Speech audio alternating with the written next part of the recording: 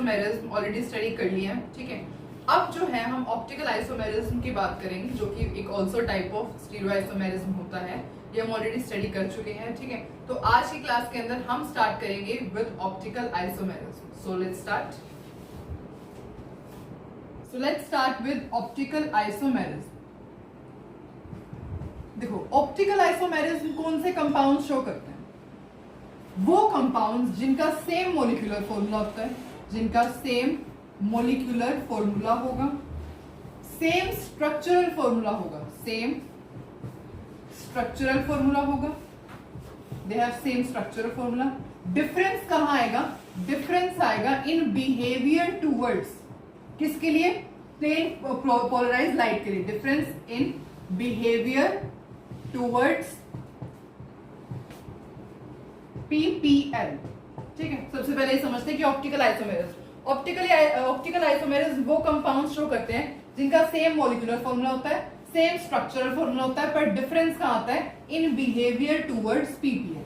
What is this PPL? PPL means plane of polarised light, plane of polarised light, इसे हम क्या कहते हैं? PPL कहते हैं। अभी पोलराइज्ड लाइट क्या है? तो पोलराइज्ड लाइट के बारे में सबसे पहले समझते हैं।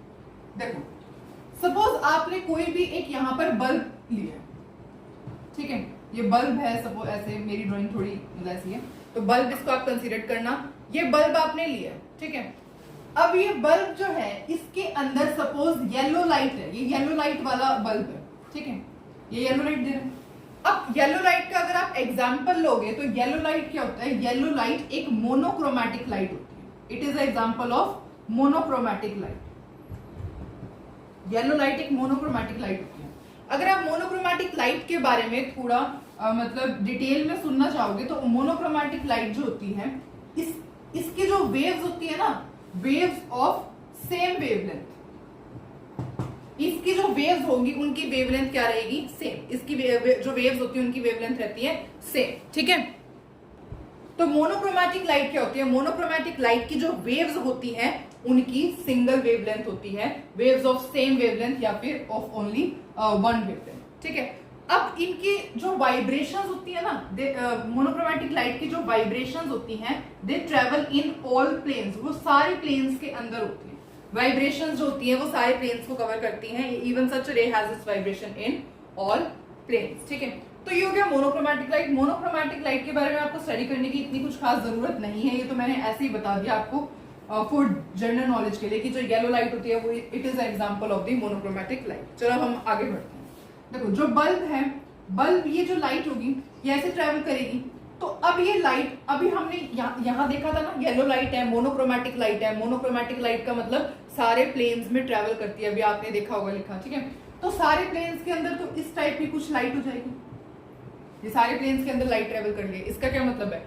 ठीक है, तो इस ऐसी लाइट को हम क्या कहते हैं? अनपोलराइज्ड लाइट कहते हैं। अनपोलराइज्ड लाइट का मतलब कि जो सारे प्लेन के अंदर वो करती है, सारी डायरेक्शंस के अंदर दे कैन रोटेट और दे कैन ट्रैवल, ठीक है। तो ये इसे हम कहते हैं अनपोलराइज्ड लाइट।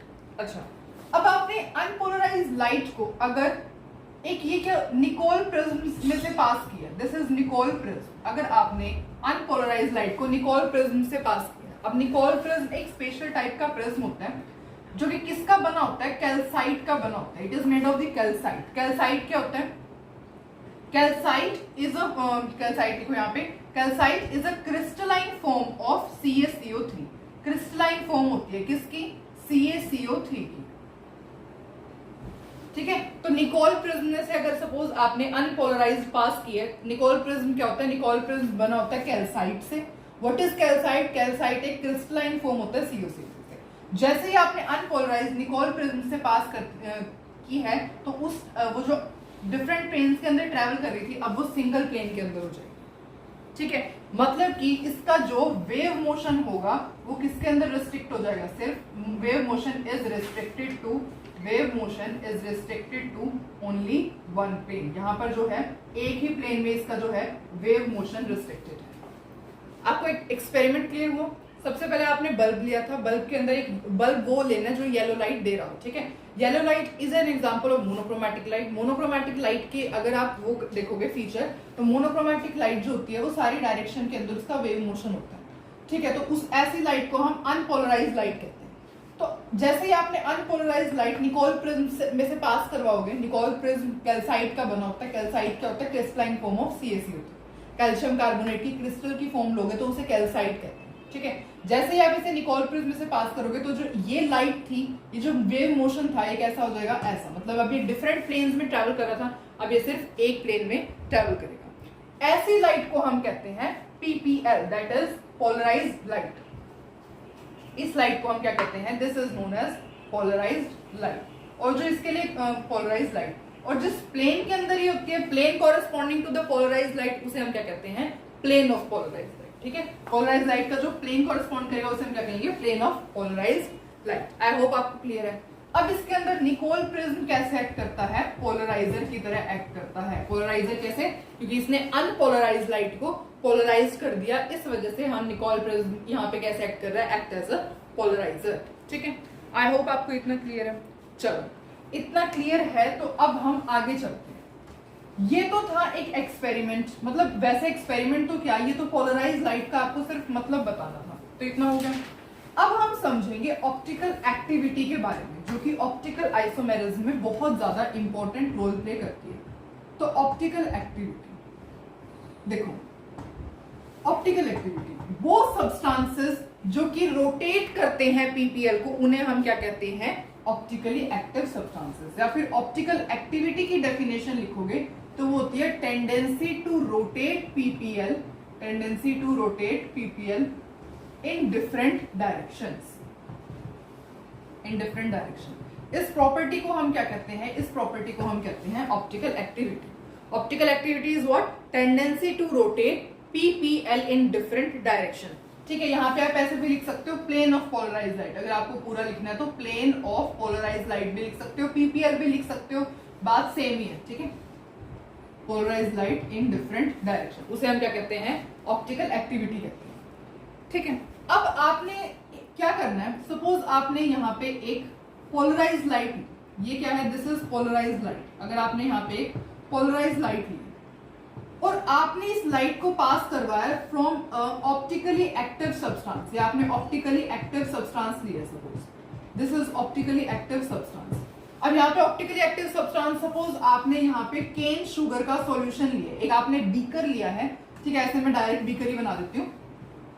एक आपने बीकर लिया है, इस बीकर के अंदर क्या है? इस बीकर के अंदर है cane sugar solution. This beaker contains cane sugar solution. Cane sugar solution एक ऑप्टिकली एक्टिव सॉल्यूशन होता है। तो जैसे ही आप इसमें से पोलराइज लाइट केन शुगर में से या फिर कोई भी ऑप्टिकल एक्टिव सब्सटेंस में से पास कराओगे तो क्या होगा? दो कंडीशन हो सकती है। एक तो जैसे ये है ना आपकी, ऐसे ये पोलराइज लाइट अभी, या तो ये राइट डायरेक्शन में मूव कर जाए ऐसे, और या फिर ये लेफ्ट डायरेक्शन में मूव कर जाए ऐसे। ऐसे है ये लाइन सिंपल प्लेन में। ठीक है, तो दो कंडीशन है, या तो ये राइट डायरेक्शन में मूव कर जाए या ये लेफ्ट डायरेक्शन में मूव कर जाए।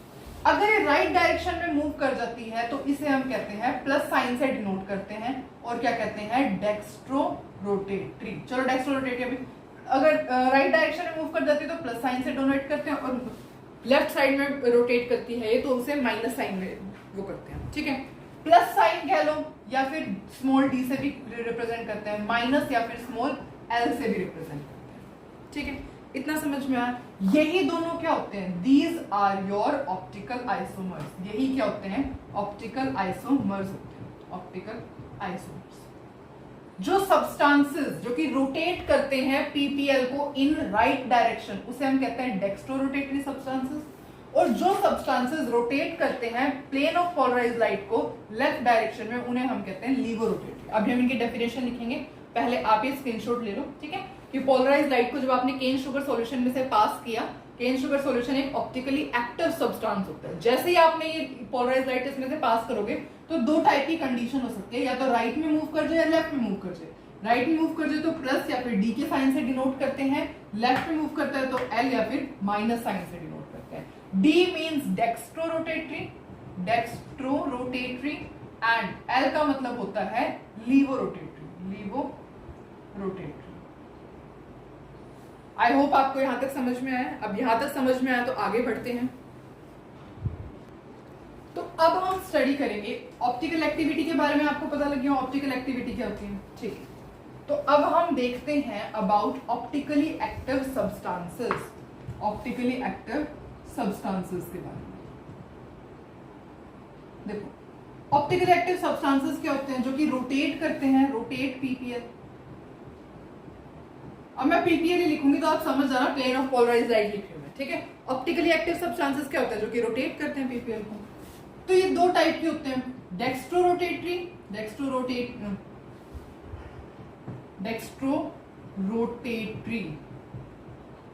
एंड लीवोरोटेटरी।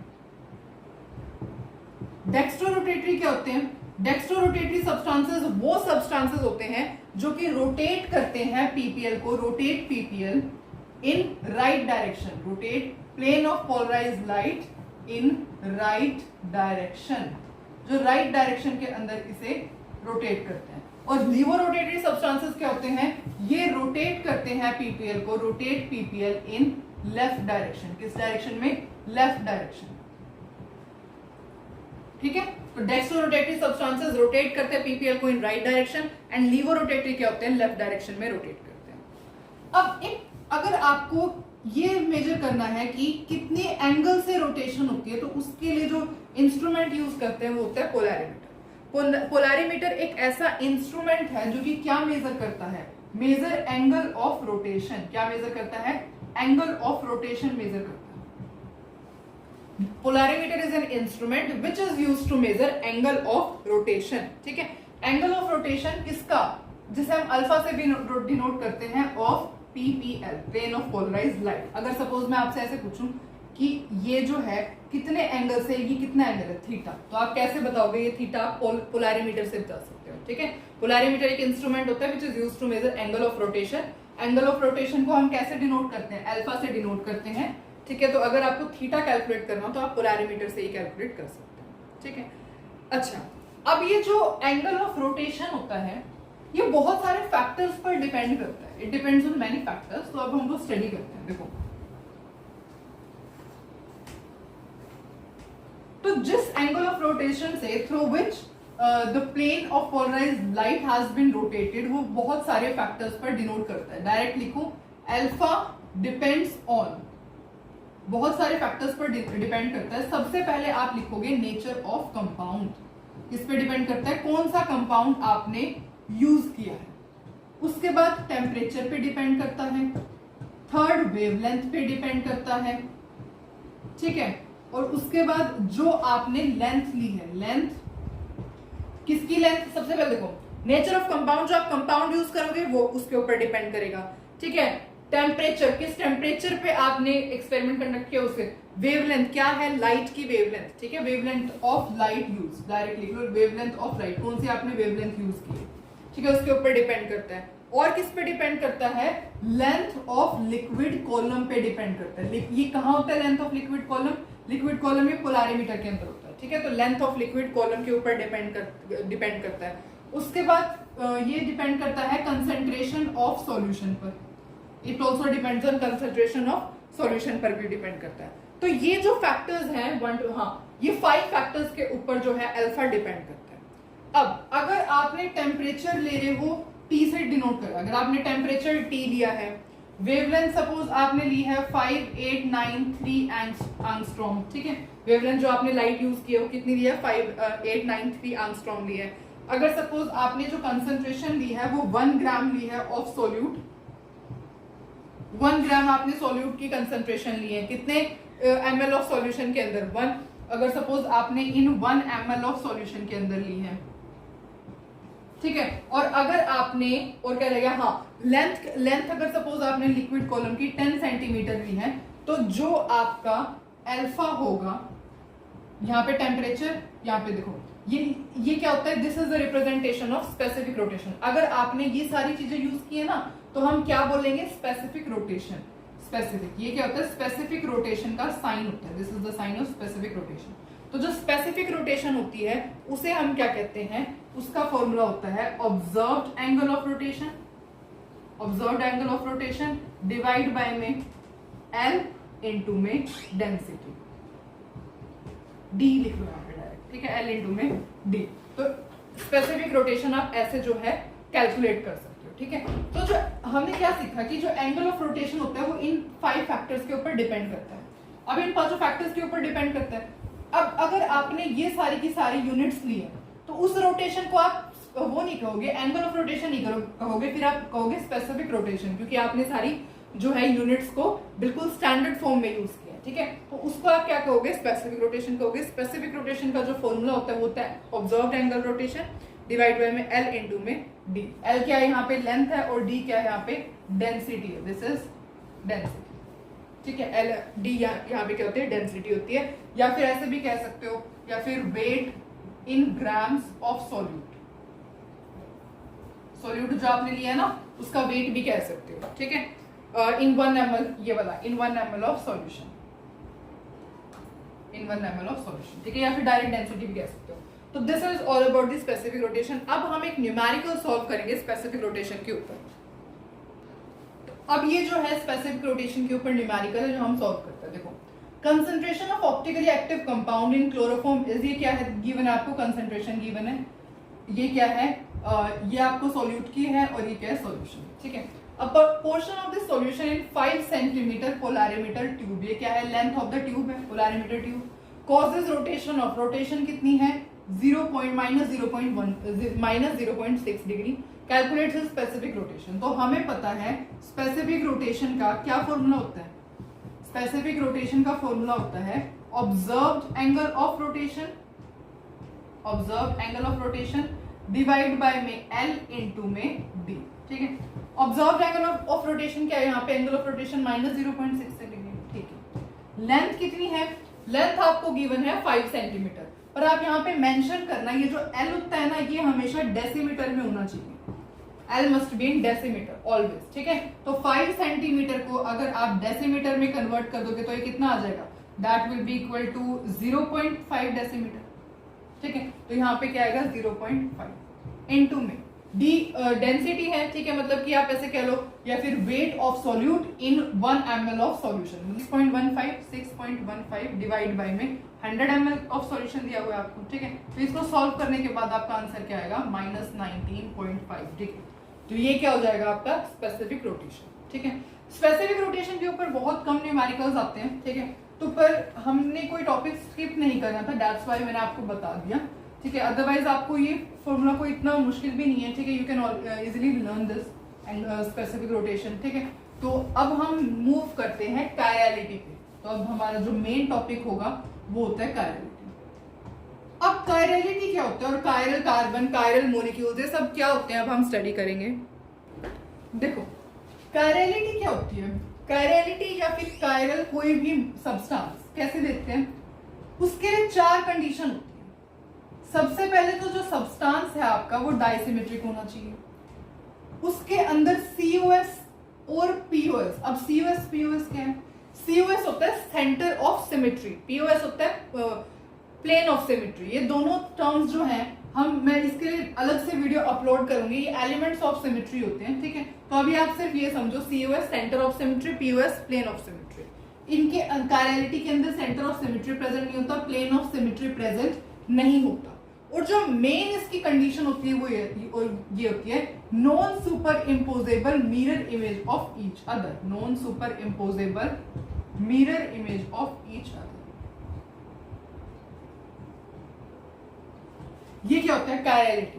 ये 4 कंडीशंस होती हैं किसकी, कायरलिटी की, ठीक है। कायरलिटी डाइसिमेट्रिक होता है, कोई सेंटर ऑफ सिमेट्री प्रेजेंट नहीं होता, प्लेन ऑफ सिमेट्री प्रेजेंट नहीं होता, और non super imposable on it's mirror image, ठीक है। नॉट सुपर इम्पोजेबल, डायरेक्ट ऐसे भी लिख सकते हैं, not super imposable on it's mirror image. अब सपोज इसका बेस्ट एग्जांपल होता है जैसे कि human hand, chirality human hand के अंदर बहुत अच्छे से होती है। देखो, आप अगर अपना हैंड लोगे, ठीक है, अगर आपने दोनों हैंड्स अपने एक दूसरे को विद द पाल्म्स डाउन करोगे तो क्या आपके जो वो सुपर इम्पोजेबल होंगे, नहीं होंगे, देयरफॉर ह्यूमन हैंड होता है, ठीक है। सपोज मैं आप अपना लेफ्ट हैंड ड्रॉ करती हूँ इस तरीके से सपोज मैंने अपना लेफ्ट हैंड ड्रॉ किया, अगर मैं राइट ड्रॉ करूंगी यहीं पे कुछ ऐसे ड्रॉ हो जाएगा, ये राइट हैंड हो जाएगा, ठीक है। अब ये लेफ्ट हैंड है और ये राइट हैंड है, ठीक है। अब लेफ्ट, अगर आप इन दोनों का, अब ये मत देखना कि ये थोड़ा सा थिक है, ये थोड़ा सा थिन है, ऐसा कुछ नहीं, ठीक है। ये डायरेक्ट सपोज है, तो अगर आप इन दोनों को इसके ऊपर, तो ये जो ये थंब है, ये वाला थंब ये यहाँ जाएगा, यहाँ आएगा, और ये वाला थंब यहाँ, ठीक है। तो मतलब ये दोनों के दोनों आपस में सुपर इम्पोजेबल तो है ही नहीं। आप ऐसे करके भी देख सकते हो, ठीक है। आपने क्या किया, एक हैंड यहाँ, उसके ऊपर आपने दूसरा हैंड रखोगे, सपोज प्लेस करोगे, तो जो है वो नॉन सुपर इम्पोजेबल होता है, not super imposable on it's mirror image, ठीक है। ये इसकी मिरर इमेज है, देयरफॉर ये क्या है, human hand is the example of chirality. अच्छा, ये तो चलो हम डेली लाइफ के अंदर ह्यूमन हैंड हो गया, पर इसके अगर आप इन टर्म्स ऑफ केमिस्ट्री की बात करोगे, क्या एग्जांपल्स होते हैं? इसका बेस्ट एग्जांपल है जैसे कि लैक्टिक एसिड। अब सपोज मैं आपको यहाँ लैक्टिक एसिड ड्रॉ करके दिखाती हूँ, देखो।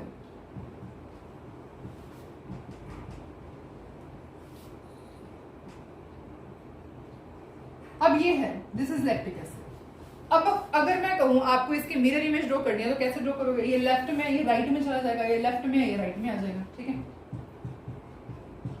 ये एम में लेफ्ट में है, तो ये राइट में शिफ्ट हो जाएगा, ठीक है। ये लेफ्ट में है, ये राइट में चला जाएगा। इस टाइप की कुछ इसकी मिरर इमेज बनेगी। ये लैक्टिक एसिड होता है, लैक्टिक एसिड की मिरर इमेज। क्या ये दोनों आपस में सुपर इम्पोजेबल है? ये दोनों आपस में सुपर इम्पोजेबल नहीं है। देखो, सुपर इम्पोजेबल का अगर आपको मतलब नहीं पता, तो सुपर इम्पोजेबल का मतलब होता है कि अगर आपने दोनों सब्सटेंस को एक दूसरे के ऊपर रखा है, व्हेन ऑब्जेक्ट्स या फिर कोई भी substance, when objects are put upon each other, their parts lie together, ये होता है सुपर इम्पोजेबल का मतलब कि अगर आपने कोई भी दो ऑब्जेक्ट को एक दूसरे के, अगर सपोज आप ऊपर प्लेस करोगे, तो उनके सारे के सारे पार्ट्स मैच होने चाहिए। देखो, अगर आप इस ऑब्जेक्ट को यहाँ प्लेस करते हो, तो सी तो COH भी हो जाएगा, पर यहाँ पे हाइड्रोजन है, यहाँ पे Me आएगा, ठीक है। यहाँ पे Me है, यहाँ पे हाइड्रोजन होगा, यहाँ पे OH है, यहाँ पे, ठीक है। तो नीचे वाला जो बॉटम वाला पोर्शन है, वो तो बिल्कुल ही सुपर इम्पोजेबल नहीं है। अबव वाला तो है, पर नीचे वाला तो नहीं है, पर सारे पार्ट्स एक दूसरे के लाई होने चाहिए टुगेदर, ठीक है। तो this is the example of इसका कायरलिटी का बेस्ट एग्जाम्पल, ठीक है। अब अगर सपोज मैं आपको एक और एग्जाम्पल के थ्रू एक्सप्लेन करती हूँ। अब सपोज नेक्स्ट एग्जाम्पल अगर हम लेते हैं,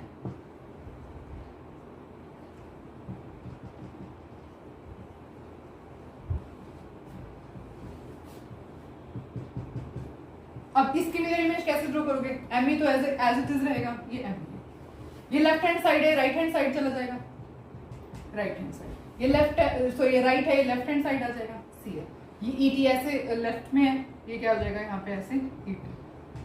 अब बताओ, क्या ये दोनों सुपर इम्पोजेबल है एक दूसरे के? देखो, डायसिमेट्रिक है सबसे पहले, कोई सेंटर ऑफ सिमेट्री प्रेजेंट नहीं है, कोई प्लेन ऑफ सिमेट्री प्रेजेंट नहीं है, और सुपर इम्पोजेबल भी नहीं है। ये यहाँ पे लेफ्ट में H है, यहाँ पे राइट में H है, यहाँ पे लेफ्ट में ET है, वहां पे राइट में ET है ना। तो therefore these are non super imposable mirror images. और ये किसका, आपको क्या दिख रहा है? क्या आप इस कंपाउंड को नेम कर सकते हो? इस कंपाउंड का नेम है 2-क्लोरोप्रोपेन।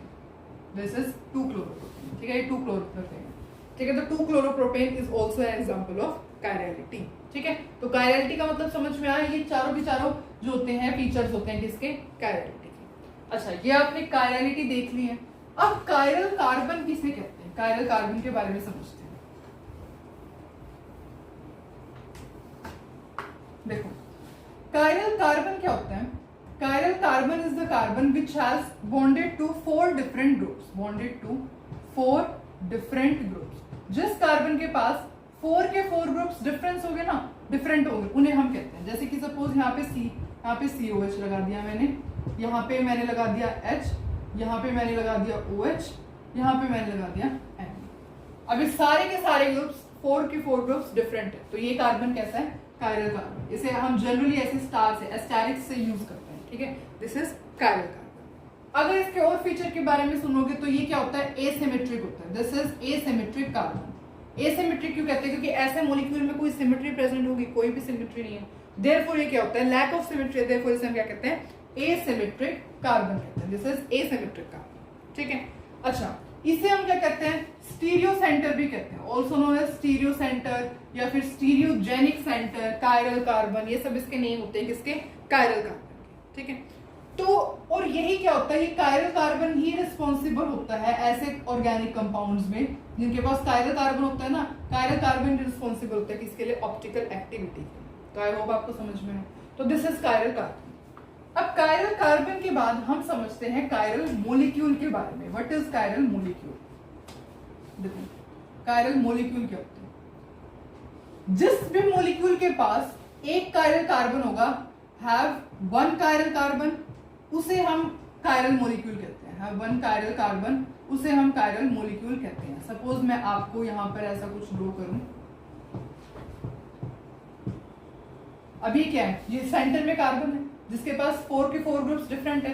एक इनके पास ये क्या है, ये कायरल कार्बन है ना, ये कायरल कार्बन है। देयरफॉर ये क्या होता है, this is have only one chiral carbon, तो इसे हम क्या कहते हैं, कायरल मोलिक्यूल कहते हैं। अब इसका एक और होता है कायरल मोलिक्यूल, अगर या तो किसी मोलिक्यूल के पास एक कायरल कार्बन जो वो भी कहते हैं, ठीक है, या फिर having at least 2 chiral carbon, having at least 2 chiral carbon हो बट नो सिमेट्री, कोई सिमेट्री नहीं होनी चाहिए, कोई सिमेट्री नहीं होनी चाहिए, उन्हें भी हम क्या कहते हैं, कायरल मोलिक्यूल कहते हैं। ठीक है, कायरल मोलिक्यूल 2 हो सकते हैं, या तो हैविंग ओनली जिसके पास एक कायरल कार्बन है उन्हें कह सकते हैं, या फिर अगर किसी कंपाउंड है, सपोज मैं आपको यहाँ पे एक कंपाउंड ड्रॉ करके देती हूँ, देखो बताती हूँ। अगर सपोज मैंने ऐसे ड्रॉ किया,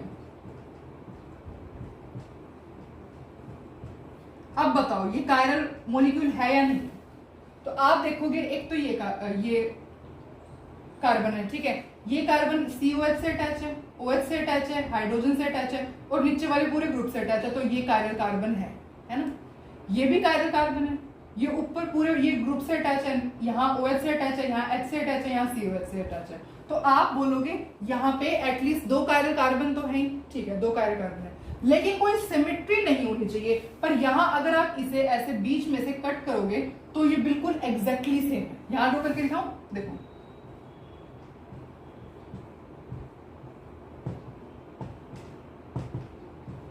अगर मैं यहां से इन्हें बीच में से ऐसे कट कर दूं तो ऊपर वाला पोर्शन और नीचे वाला पोर्शन बिल्कुल सेम है। इसके अंदर क्या है, प्लेन ऑफ सिमेट्री है। तो देयरफॉर ये कायरल मोलिक्यूल नहीं है, दिस इज नॉट कायरल। ठीक है, तो इस तरीके से हैविंग एटलीस्ट 2 कायरल हो कार्बन, 2 कायरल कार्बन है, पर सिमेट्री भी नहीं होनी चाहिए, बट नो सिमेट्री, पर इसके पास तो सिमेट्री है, देयरफॉर ये कायरल मोलिक्यूल नहीं है। ठीक है, अच्छा, अब अगर मैं आपको इसी एग्जांपल के अंदर ये पूछूं, ये क्वेश्चन अगर करते हो आप,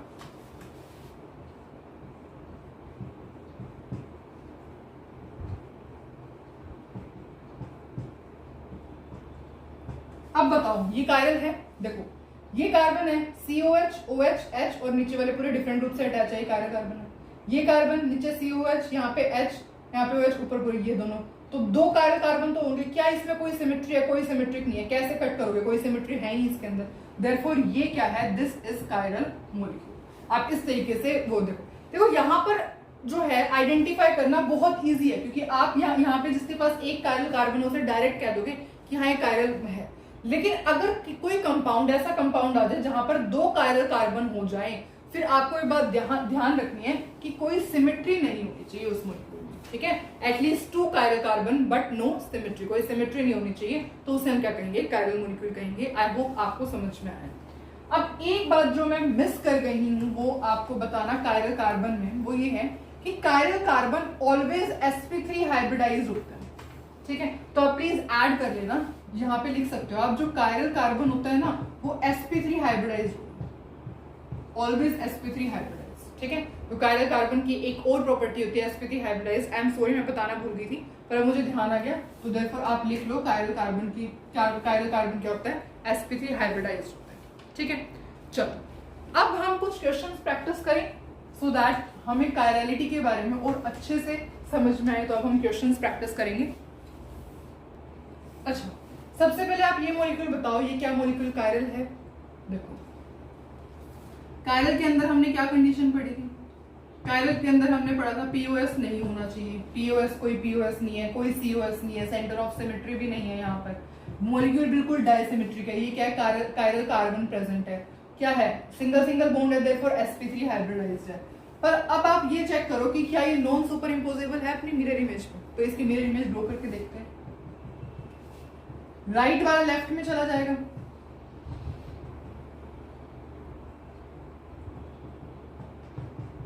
इसकी मिरर इमेज है। क्या ये दोनों आपस में नॉन सुपर, क्या ये सुपर इम्पोजेबल है? ऑफ कोर्स ये नॉन सुपर इम्पोजेबल है ना। ये राइट में ये लेफ्ट में आ जाएगा, ठीक है। डायरेक्ट भी कोई भी, ये तो दिख ही रहा है कि ये क्या है, दोनों नॉन सुपर इम्पोजेबल है। देयरफॉर यस, ये कायरल मॉलिक्यूल है। सारी कंडीशंस है ना इसके अंदर, तो ये क्या है, कायरल मॉलिक्यूल, ठीक है। अब आप इसमें से बताओ, इन दोनों में से कायरल मॉलिक्यूल कौन है? देखो कायरल मॉलिक्यूल के अंदर सबसे पहले आप चेक करा करो कायरल कार्बन के अंदर कि डिफरेंट ग्रुप्स अटैच है ना, बस बात खत्म, ठीक है। उसके बाद सिमेट्री पे बढ़ो, उसके बाद सुपर इम्पोजिबिलिटी। देखो कायरल, ये क्या है, 4, इसके पास डिफरेंट ग्रुप्स है, 4 डिफरेंट ग्रुप्स है, देयरफॉर ये क्या है, कायरल कार्बन है। कोई सिमेट्री भी नहीं है, ना पीओएस है ना सीओएस है, डिससिमेट्रिक है, ठीक है। सारे के सारे sp3 हाइब्रिडाइज्ड है, ठीक है। ये क्या है, इसके अंदर दो ग्रुप सेम हो गए, br सेम है, देयरफॉर ये क्या है, कायरल नहीं है, दिस इज नॉट कायरल, ठीक है। अब हम कुछ और एग्जांपल्स देखते हैं। अच्छा, तो इन सब के बारे में बात करते हैं। इन दोनों में से कौन सा कायरल है? देखो ये क्या है, यहाँ पे Me अटैच है, Me का मतलब यहाँ पे H हो गए, तो ये तो है ही नहीं, क्योंकि डिफरेंट ग्रुप्स होने चाहिए, ठीक है। तो ये तो नहीं है, कायरल कार्बन नहीं है, तो कायरलिटी भी नहीं है, कायरल मॉलिक्यूल नहीं है। ये कायरल कार्बन देखो, ये एक OH से अटैच है, H से अटैच है, एक Me से अटैच है और एक पूरे ग्रुप से अटैच है, तो हाँ ये तो कायरल कार्बन है, ठीक है। यहाँ पे देखोगे अगर आप, यहाँ पे लेफ्ट देखो, यहाँ पे क्या है, ये 2 हाइड्रोजन है, देयरफॉर 2 ग्रुप सेम हो गए, तो देयरफॉर ये भी कायरल कार्बन नहीं है। यहाँ पर भी 2 हाइड्रोजन है, देयरफॉर ये भी दोनों सेम हो गए, तो यहाँ पर भी क्या है, Me का मतलब क्या है, CH3 है, 3 ग्रुप सेम हो गए, देयरफॉर ये भी नहीं है। तो कायरल कार्बन यहाँ क्या है, एक है, देयरफॉर ये तो कायरल मॉलिक्यूल है, दिस इज कायरल मॉलिक्यूल, ठीक है। यहाँ पे देखो Me है, कायरल कंपाउंड, सॉरी ये क्या है, कायरल मॉलिक्यूल नहीं है, ठीक है। Me है ना, कायरल नहीं है, CH 3 ग्रुप्स डिफरेंट सेम हो गए, देयरफॉर ये तो कायरल नहीं है। सिमिलरली ये क्या है, H 2 ग्रुप सेम हो गए, ये भी नहीं है। ये क्या है, यहाँ पे देखो, यहाँ पे एक H है, एक से OH कनेक्टेड है, लेफ्ट साइड भी बिल्कुल सेम है, यहाँ पे Me है ना, लेफ्ट साइड भी बिल्कुल सेम है, राइट साइड भी बिल्कुल सेम है, तो लेफ्ट साइड 2 साइड सेम होगी, देयरफॉर ये भी नहीं है। यहाँ पर भी H अटैच है, 2 सेम हो गए एटम्स, ये भी नहीं है। Me है, CH 3 हाइड्रोजन से कनेक्टेड है, 3 सेम एटम से कनेक्टेड है, देयरफॉर ये भी नहीं है। तो इन दोनों में से कायरल कौन सा है? सिमिलरली यहाँ पर चेक करो बात, देखो यहाँ पे क्या है, 3 हाइड्रोजन अटैच है, 3 ग्रुप सेम नहीं होगा। यहाँ पे देखो एक Me अटैच है, एक C2H5 अटैच है, एक Br अटैच है, एक H अटैच है, ये तो कायरल है, ये कायरल है। देखो 2 हाइड्रोजन अटैच है, 2 ग्रुप सेम हो गए, नहीं ये भी नहीं है। यहाँ पर भी 3 एटम सेम है, हाइड्रोजन, देयरफॉर ये भी नहीं है। तो यहाँ पे एक ये जो है कायरल है ना, ये कायरल है। एक कायरल मिलते ही आप बोल दिया करो कि हाँ कायरल है, ठीक है। यहाँ पे क्या है, 3 हाइड्रोजन नहीं है, कायरल नहीं, ये भी नहीं है, ये भी नहीं है, ये भी नहीं है, क्योंकि सारे क्या है, हाइड्रोजन है,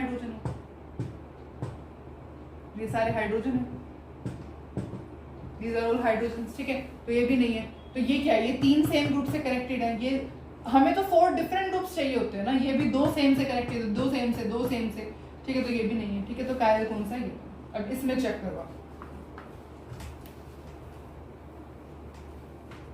देखो इसमें चेक करो, ये क्या है, 3 हाइड्रोजन से कनेक्टेड है, 3 ग्रुप सेम हो गए, नहीं है। ये भी क्या है, देखो ये क्या है, ये तो हो सकता है, क्योंकि ये क्या है, यहाँ पे मिथाइल से कनेक्टेड है, यहाँ पर इससे कनेक्टेड है, यहाँ पे हाइड्रोजन से कनेक्टेड है, यहाँ है सारे ग्रुप डिफरेंट, देखो ये क्या है, कायरल कार्बन है। अच्छा यहाँ पे देखो, ये क्या है, पूरी यहाँ से कनेक्टेड है ग्रुप से, एक यहाँ से क्या है, ये आपका CH3 से कनेक्टेड है, ठीक है। एक Cl से कनेक्टेड है और एक H से कनेक्टेड है, देयरफॉर ये भी क्या है, आपका कायरल कार्बन है। ये क्या है, ये कार्बन क्या है, this carbon is connected with 3 hydrogen, 3 hydrogen से कनेक्टेड है, देयरफॉर 3 ग्रुप सेम हो गए, तो ये तो नहीं है, ठीक है। तो इस मॉलिक्यूल के अंदर कितने कायरल कार्बन है? 2 कायरल कार्बन है। अब आपको पता है एटलीस्ट 2 कायरल कार्बन हो, 2 कायरल कार्बन हो, प्लस में नो सिमेट्री, कोई सिमेट्री नहीं हो, तभी इसको हम कायरल कहेंगे। तो क्या सिमेट्री है इस मॉलिक्यूल में? कोई सिमेट्री नहीं है। अगर आप इस मॉलिक्यूल को यहाँ बीच से कट करोगे तो Me होगा, यहाँ पे Cl आएगा, तो देयरफॉर नो सिमेट्री, ठीक है। कैसे भी कट कर लो, कोई सिमेट्री नहीं है, देयरफॉर ये क्या है, एक कायरल मॉलिक्यूल है। This is the example of chiral molecule. अच्छा इन तीनों क्वेश्चन को सॉल्व करो। देखो ये कायरल है, कायरल कार्बन है, यहाँ पे हाइड्रोजन से कनेक्टेड है, यहाँ पे हाइड्रोजन से कनेक्टेड है, दो ग्रुप सेम हो गए, नहीं है कायरल। ये क्या है, एक तो ये इस ग्रुप से कनेक्टेड है, एक OH से कनेक्टेड है, एक इस ग्रुप से कनेक्टेड है, एक हाइड्रोजन से, तो हाँ ये तो कायरल है, ये कायरल है, ये तो sp2 हो गया। हमें पता है sp3 होता है कायरल कार्बन, तो देयरफॉर यहाँ पे एक कायरल कार्बन है, देयरफॉर ये क्या है, कायरल मॉलिक्यूल है, this is a chiral molecule. यहाँ पे चेक करो, अब यहाँ पे इतने सारे कार्बन है, बहुत सारे कार्बन है यहाँ पे, पर क्या ये सारे के सारे कायरल कार्बन है? नहीं, ये सारे के सारे कायरल कार्बन नहीं है। क्यों? क्योंकि ये क्या है, ऐसे डबल बॉन्ड्स है, sp2 हाइब्रिडाइज्ड कार्बन कभी भी कायरल कार्बन नहीं होता। ये है, देखो ये हाइड्रोजन से कनेक्टेड है, Me से कनेक्टेड है, Cl से कनेक्टेड है, और ये पूरा, तो देयरफॉर ये जो है आपका कायरल कार्बन है, देयरफॉर एक कायरल कार्बन है यहाँ पर, तो इस मॉलिक्यूल को हम कह सकते हैं कायरल। ठीक है, अब थर्ड वाले कंपाउंड के अंदर आपको कायरलिटी नहीं बतानी कि कायरल है या नहीं है, आपको ऑप्टिकल एक्टिविटी बतानी है कि ये कंपाउंड ऑप्टिकल एक्टिव है या नहीं। तो मैंने आपको एक चीज नहीं बताई है, वो है क्या, condition of optical activity. Optical activity condition क्या होती है? देखो, ऑप्टिकल एक्टिव कंपाउंड कोई तभी होता है जब वो कायरल हो, बस chirality is the condition of optical active, यही सफिशिएंट है, और बस यही एक कंडीशन है किसी भी ऑप्टिकली एक्टिव कंपाउंड के। तो अगर आपको इसे ऑप्टिकली एक्टिव बताना है कि क्या ये कंपाउंड ऑप्टिकली एक्टिव है या नहीं है, तो बस आप ये बता दो ये कायरल है या नहीं है। अगर कायरल होगा तो ऑप्टिकली एक्टिव है, अदरवाइज नहीं है। ठीक है, तो चेक करते हैं। देखो यहाँ पे क्या है, 3 हाइड्रोजन से कनेक्टेड है, तीनों सेम एटम, देयरफॉर ये तो कायरल कार्बन नहीं है। यहाँ पे चेक करो, ये क्या है, यहाँ पे Me से कनेक्टेड है, यहाँ पे OH से कनेक्टेड है, यहाँ पर H से कनेक्टेड है, यहाँ पे पूरे डिफरेंट ग्रुप से कनेक्टेड है, तो ये तो कायरल कार्बन है। ये है, ये देखो यहाँ पे 2 हाइड्रोजन हो गए same, therefore 2 atom same, therefore ये तो नहीं है। तो एक यहाँ पर this have 1 chiral carbon, 1 chiral carbon है, 1 कायरल कार्बन है, तो देयरफॉर ये क्या है, कायरल है, देयरफॉर ये क्या है, कायरल है। पर हमें तो क्वेश्चन में क्या पूछा था, ऑप्टिकली एक्टिव है या नहीं है, कायरल है, तो देयरफॉर ऑप्टिकली एक्टिव भी है, तो therefore this compound is optically active. ठीक है, तो ये कंपाउंड ऑप्टिकली एक्टिव हो जाएगा। तो अब सपोज ये कंपाउंड गिवन है,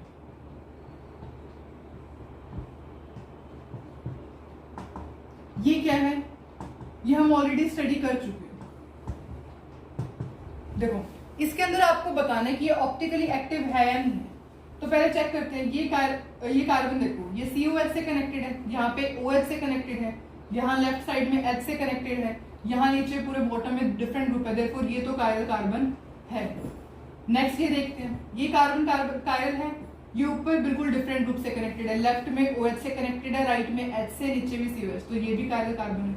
तो यहाँ पे 2 कायरल कार्बन हो गए, पर हमने देखा था कि हैविंग एटलीस्ट 2 कायरल कार्बन हो, इसके पास 2 कायरल कार्बन तो है, 2 कायरल कार्बन हो, पर सिमेट्री नहीं होनी चाहिए। तो इस मॉलिक्यूल में सिमेट्री है, चेक करते हैं, इस मॉलिक्यूल में कोई सिमेट्री नहीं है। ठीक है, यहाँ से अगर आप इसे बीच में से 2 हाफ में कनेक्ट ऐसे करोगे, यहाँ से कट करोगे 2 हाफ में, तो ये ऊपर वाला जो पार्ट है वो नीचे वाले के सिमिलर नहीं है, यहाँ पे H है, यहाँ पे OH है। ठीक है, तो देयरफॉर ये इसके पास कोई सिमेट्री नहीं है, सिमेट्री नहीं है। अब ये कंडीशन होगी तो हमें पता है जब ये कंडीशन हो जाती है तो क्या होता है, कायरल होता है, देयरफॉर कायरल है। अब कायरल है तो देयरफॉर ये क्या है, ऑप्टिकली एक्टिव भी है, तो this compound is optically active also.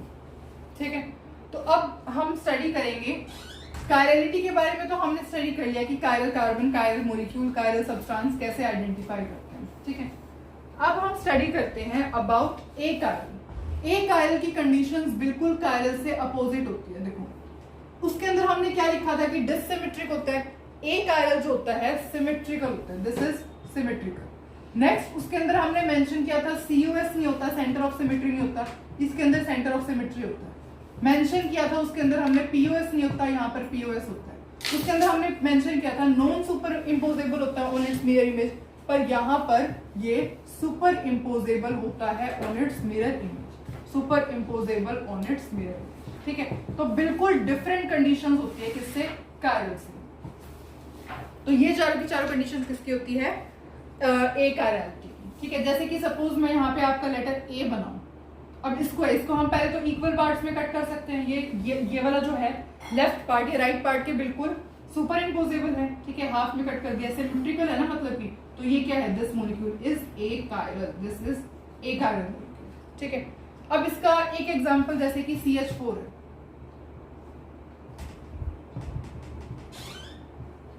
अगर हम CH4 का एग्जांपल लेते हैं, यहां पे आपने इसकी मिरर इमेज बनानी है। इसकी मिरर इमेज कैसे बनेगी, देखो, लेफ्ट साइड राइट साइड, ये हाइड्रोजन यहां आ जाएगा, ये हाइड्रोजन भी यहां आ जाएगा, सारे ग्रुप सेम है, सारे ग्रुप सेम है, प्लस में super imposable units mirror image, सारे के सारे एटम सेम है, हाइड्रोजन हाइड्रोजन हाइड्रोजन, ठीक है। तो देयरफॉर सिमेट्रिकल है मॉलिक्यूल, देयरफॉर ये क्या है, this is a chiral molecule, ठीक है। कायरल नहीं है तो ऑफ कोर्स ए कायरल ही होगा, क्योंकि सारे एटम सेम है, तो देयरफॉर ए कायरल होगा। अगर सारे एटम्स डिफरेंट हो जाते तो ये कैसा हो जाता, कायरल हो जाता, ठीक है। अब हम एक और देखते हैं एग्जांपल। फॉर एग्जांपल जैसे कि यहाँ पे हमने ऐसे कोई भी ग्रुप अटैच कर दिए,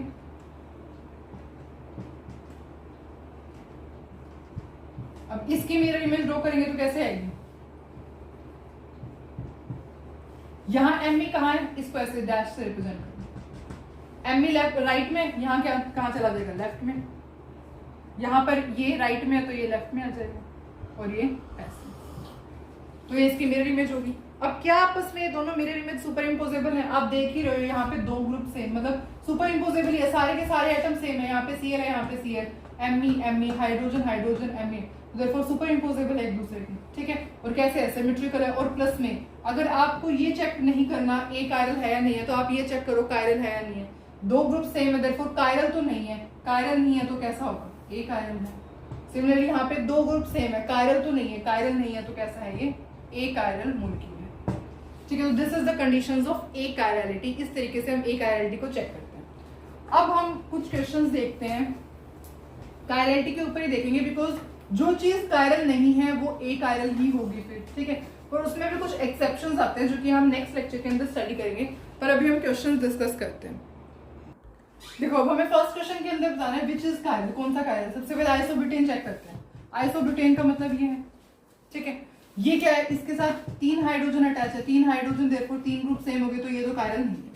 इसके अंदर देखते हैं, ये हाइड्रोजन है, यहाँ पर एमई है, यहाँ पर एमई है, एमई 2 ग्रुप सेम हो गए, तो देयरफॉर ये भी कायरल नहीं है। यहाँ पे hydrogen hydrogen hydrogen 3 atom same हो गए, ये भी कायरल नहीं है। यहाँ पर भी hydrogen hydrogen hydrogen 3 atom same हो गए, तो ये भी कायरल नहीं है। इसका मतलब आइसोब्यूटेन तो कायरल नहीं है। नियोपेंटेन चेक करते हैं, दिस इज नियोपेंटेन, है ना, जब कार्बन जो होता है ऐसे कनेक्टेड होता है तो ये नियोपेंटेन होता है, ठीक है। अब देखो, यहाँ पे 3 हाइड्रोजन कनेक्टेड है, 3 हाइड्रोजन 3 सेम ग्रुप, देयरफॉर ये कायरल नहीं है। यहाँ पर भी 3 हाइड्रोजन कनेक्टेड है, 3 सेम ग्रुप, देयरफॉर ये भी कायरल नहीं है। यहाँ पर भी 3 हाइड्रोजन है, ये भी कायरल नहीं है, यहाँ पर भी, ठीक है। और इस कार्बन के अगर आप देखोगे तो यहाँ पर 4 के 4 साइड्स पे क्या कनेक्टेड है, एमई कनेक्टेड है, ये क्या है, एमई, दिस इज एमई, ये भी एमई है, ये भी एमई है, ठीक है। तो ये सारे एमई है, तो देयरफॉर नियोपेंटेन भी जो है वो आपका कायरल मॉलिक्यूल नहीं है। अब सेकेंडरी ब्यूटाइल क्लोराइड देखते हैं।